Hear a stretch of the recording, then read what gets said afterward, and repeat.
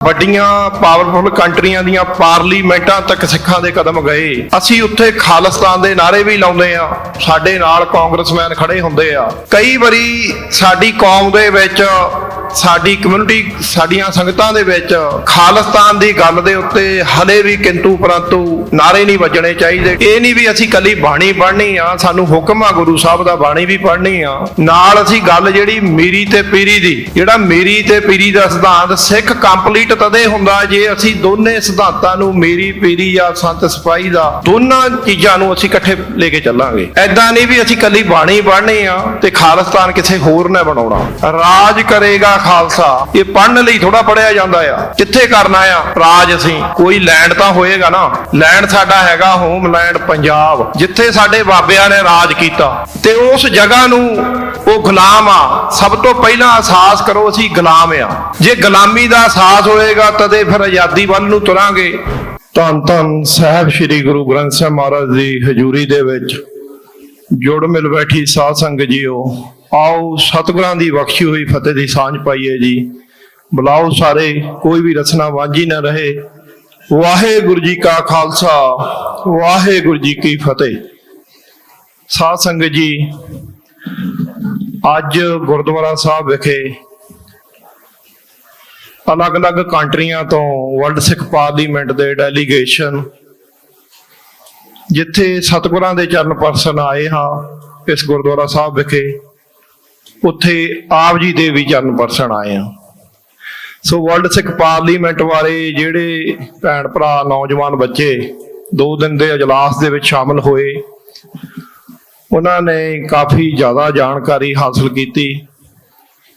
ਸੋ ਜਿਹੜੇ ਨੌਜਵਾਨ ਨਹੀਂ ਵੀ ਆ ਸਕੇ, ਸੋ ਸਾਡੀ ਬੇਨਤੀ ਆ ਭਾਈ, ਉਹ ਵੀ ਜ਼ਰੂਰ, ਜੋ ਜ਼ਿੰਮੇਵਾਰ ਸੱਜਣ ਇਸ ਕੰਟਰੀ ਦੇ ਵਿੱਚ ਹਨ ਜਾਂ ਨੌਜਵਾਨ ਜਿਹੜੇ ਕੱਲ ਆਪ ਜੀ ਨੂੰ ਅਲੱਗ-ਅਲੱਗ ਵਿਸ਼ਿਆਂ ਤੇ ਜਾਣਕਾਰੀ ਦੇ ਰਹੇ ਸਨ, ਤੁਸੀਂ ਵੀ ਭਾਈ ਜ਼ਰੂਰ ਨਾਲ ਜੁੜੋ।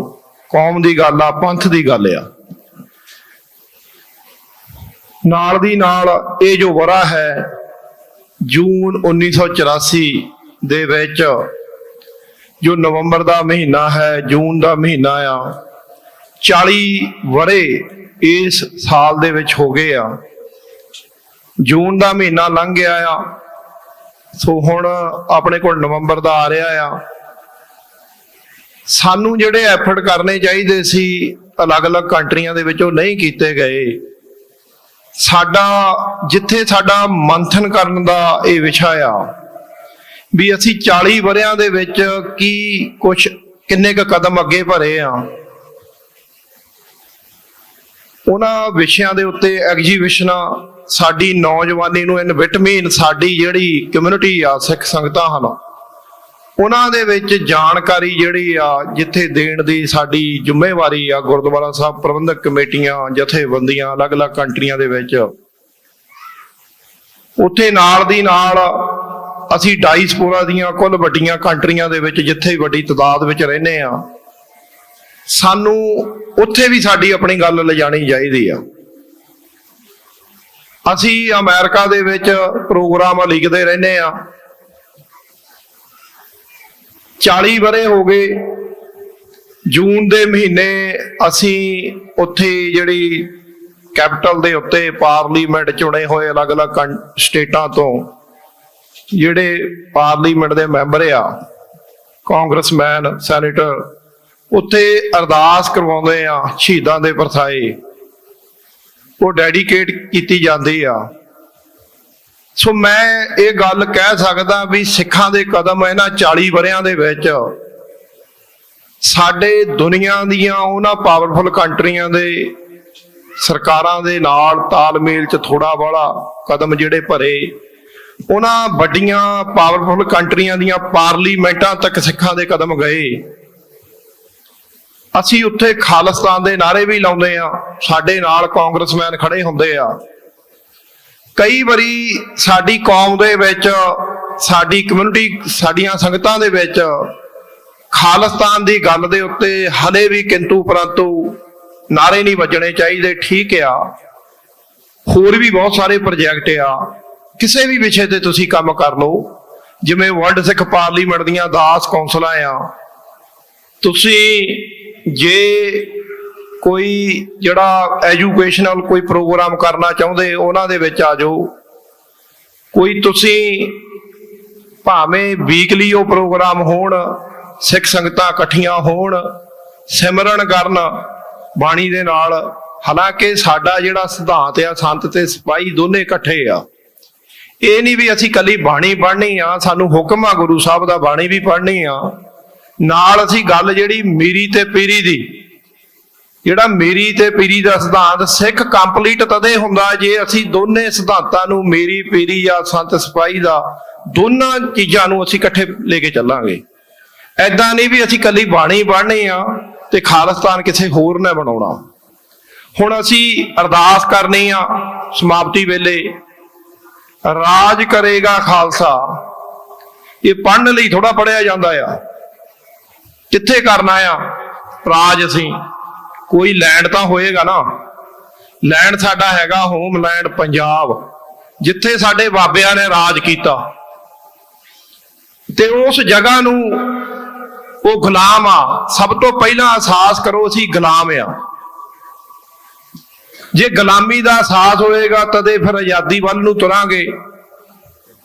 ਬਹੁਤ ਸਾਰੀਆਂ ਪ੍ਰਾਪਤੀਆਂ ਡਾਇਸਪੋਰਾ ਦੇ ਵਿੱਚ, ਅਵੇਅਰਨੈਸ ਵੀ ਫੈਲੀ ਆ। ਨੌਜਵਾਨ ਛੋਟੇ ਛੋਟੇ ਪ੍ਰੋਗਰਾਮ ਭਾਵੇਂ ਹਰ ਕੰਟਰੀ ਦੇ ਵਿੱਚ, ਉਹ ਕਿਸੇ ਨਾ ਕਿਸੇ ਵਿਸ਼ੇ ਦੇ ਉੱਤੇ ਜਿਸ ਵੱਡੀ ਤਾਦਾਦ ਵਿੱਚ ਨੌਜਵਾਨੀ ਅਵੇਅਰਨੈਸ ਫੈਲਾ ਰਹੀ ਆ।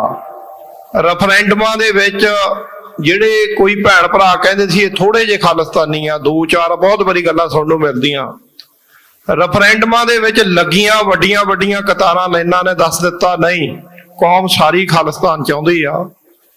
ਤੁਸੀਂ ਸਾਰੇ ਸਹਿਯੋਗ ਦਿਆ ਕਰੋ। ਮੈਂ ਜ਼ਿਆਦਾ, ਕਿਉਂਕਿ ਸਮਾਂ ਬੜਾ ਸੀਮਿਤ ਆ, ਗੱਲਾਂ ਬਹੁਤ ਕੀਤੀਆਂ ਜਾ ਸਕਦੀਆਂ। 40 ਸਾਲਾਂ ਦੇ ਇਸ ਵਰੇ ਦੇ ਵਿੱਚ ਬਹੁਤ ਸਾਰੇ ਕਦਮ ਸਾਡੇ ਅੱਗੇ ਵਧੇ ਆ। ਜਦੋਂ ਸਾਡੇ ਸਿੰਘਾਂ ਦੀਆਂ, ਜਿਹੜੇ ਸਿੱਖ ਐਕਟੀਵਿਸਟ ਖਾਲਿਸਤਾਨੀ ਲੀਡਰ ਸਾਡੇ, ਉਹਨਾਂ ਦੀਆਂ ਸ਼ਹਾਦਤਾਂ ਡਾਇਸਪੋਰਾ ਦੇ ਵਿੱਚ ਭਾਰਤੀ ਹਕੂਮਤ ਨੇ ਪਲਾਨ ਕੀਤੇ, ਪਲਾਟ ਰਚੇ ਗਏ। ਉਹਨਾਂ ਦੀਆਂ ਸ਼ਹਾਦਤਾਂ ਤੋਂ ਬਾਅਦ ਜੇ ਅਸੀਂ ਬਿਲੀਅਨ ਟ੍ਰਿਲੀਅਨ ਡਾਲਰ ਇਕੱਠੇ ਕਰਕੇ ਲੌਬਿੰਗ ਫਰਮ ਹਾਇਰ ਕਰਦੇ, ਤਦ ਵੀ ਅਸੀਂ ਐਡਾ ਵੱਡਾ ਪ੍ਰਚਾਰ ਨਹੀਂ ਸੀ ਕਰ ਸਕਦੇ। ਇੱਕ ਸ਼ਹੀਦ ਦੇ ਲਹੂ ਨੇ ਐਸਾ ਰੰਗ ਲਿਆਂਦਾ ਕਿ ਕੁੱਲ ਵੱਡੀਆਂ ਕੰਟਰੀਆਂ ਨੇ, ਉਹਨਾਂ ਦੀਆਂ ਮੀਡੀਆ ਫਰਮ ਦੇ ਵਿੱਚ ਸਿੱਖਾਂ ਦੀ ਗੱਲ ਗਈ, ਖਾਲਿਸਤਾਨ ਦੀ ਗੱਲ ਗਈ।